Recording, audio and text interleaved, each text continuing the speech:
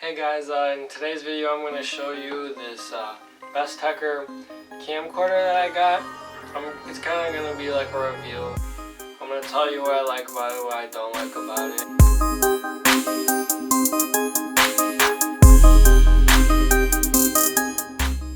So this camcorder, it comes with the remote, your normal cables, 2 extra batteries, and a battery charger, and then you also have a attachable mic, and then the camcorder.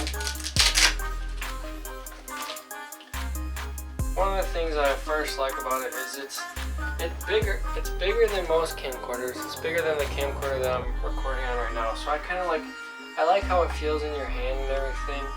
It works pretty simply, and it comes with those 2 batteries. You plug them in and flip it open and it turns on like normal. It has 16 times zoom, which isn't bad. And it also has this light that works as like a fill light. So what I would say is that I think it's a pretty good starter camera because it has that mic for good quality audio. It has this the lights on here that could get you better lighting. It's pretty cheap. It was 90 bucks. It is a bit of a beginner camera just because when it is actually in 1080, it's only 15 frames a second. So if you really compare that with like a 30 frame per second camera, you can tell that movement's a bit like chunkier, and the quality is a little grainier. It's kind of like jumpy all over, but it is a good starter camera, I would say. This is the box for the mic. I'd say that the mic is pretty well built. It comes with the battery that you need. It's not a rechargeable battery. And then the mic itself is actually made out of quite a bit of metal. And then it has the 0 decibels, which is the normal pickup, and 20 decibels, so you can get further away sounds and whatnot. And then it comes with the cord that is one of the stretchy curly Q ones, which is nice to have because you can stretch it as far as you need, but it's not in the way. So this is roughly what it looks like with the mic on there. It looks pretty cool, you know. And then this is also with the fill light. It's pretty cool. The default settings are set to it's 720p for video, and the photo quality isn't at the top. So you have to go into the settings and you have to change that in order to get the best out of it. Another thing that isn't the greatest about it is the zoom. It kind of jumps. It's not like a gradual coming in. It jumps at certain intervals, so it's kind of like shaky. But then another thing nice about this camera is it does have image stabilization, but the pictures are 24 megapixels. It does shoot in 1080, but it's only 15 frames a second.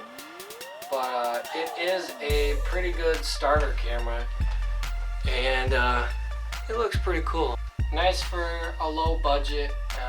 If you're looking for an upgrade from something, it probably won't do it unless you're using a bit cheaper of a camera.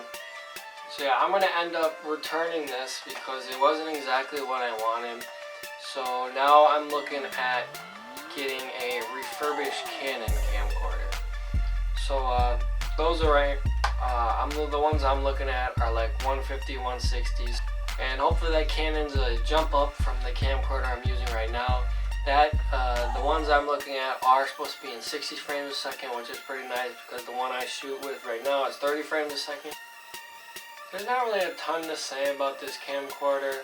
It has its goods and it has its bads, but overall I think it's a pretty decent camcorder, and should work if you aren't looking to get anything super high up there. If you're looking to just start off, this would be a really good starting camera to start with.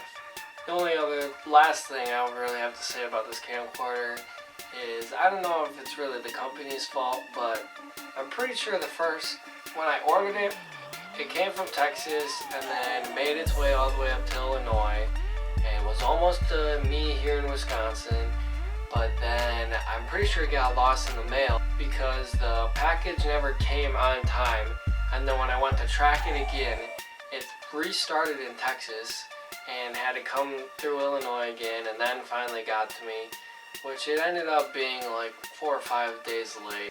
If you want some more detail on this camcorder, there are a few other videos out there that go a little more in depth, but I wasn't going to go through the normal unboxing process of showing you all the cords and everything, because I've already been looking at cameras on YouTube and there's just too much of that. People are showing these cords on there and there's really no need to. It's just stuff that isn't that important.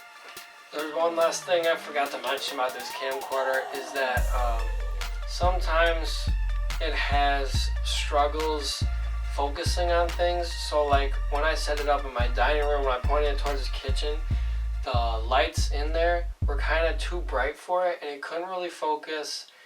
And if you have anything that's within like a few feet of it, you can't really focus on any lettering. And I even tried it further away, zooming in. You can't really read letters, so it doesn't have the greatest focus. But if you're looking to just start off with it, it is pretty, I'd say pretty decent, and it'd be a good place to start.